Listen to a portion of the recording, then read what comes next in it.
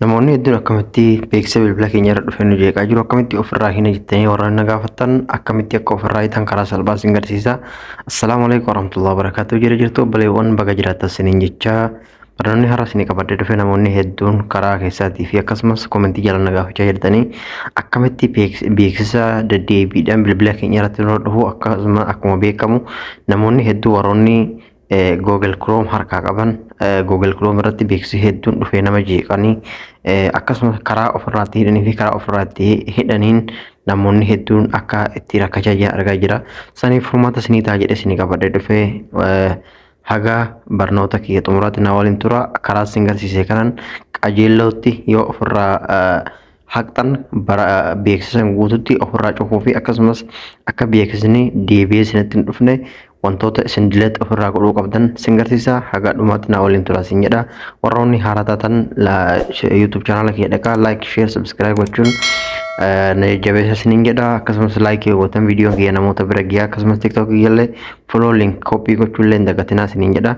Asuma gara Google Chrome keessanii erga Google Chrome keessanii booda fakkii bakka tuqaa sadii tana irratti tuqaa sadii irra seenaa jechaadha.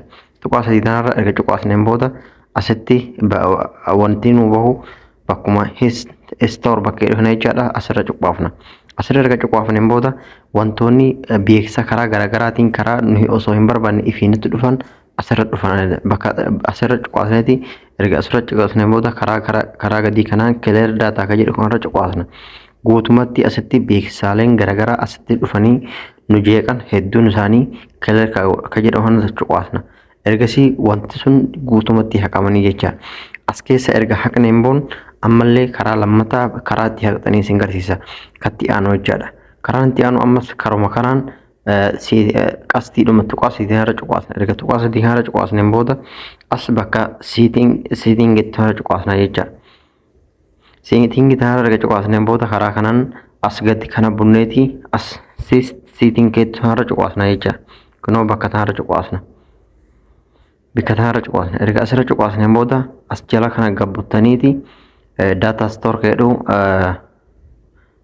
data store jedhu kunoo bakka kanarra asirra cuqaastanii jechaadha. Kun kalammataati.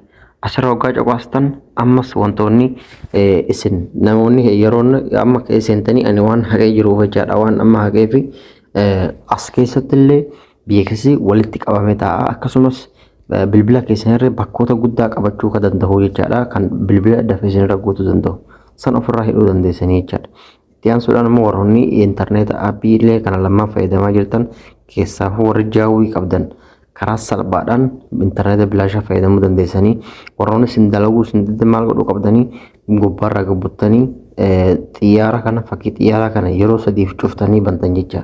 Ergasii inni dalagsistanii nagu akka ajaa'ibaatti isin dalaga kana qabatamaa wanni isin himu warroota jaawii shari'a jaawii ifa harkaa qabdanii jecha. Kan biraa zeenillee isin dalaguu mala karaa saniini akkasumas libaaraallee isin dalaguu mala garuu kajaawii qabatamaan ifitti fayyadamaa jiru kana haga barnoota kiyya dhufutti walitti deebiin nagaannaa turaa isin jedha. Like share gochuun nafaana turaa viidiyoo kiyyallee share godhaadhaa namoota haajaam jiraachuun mala biraan giyaan dhaamsa.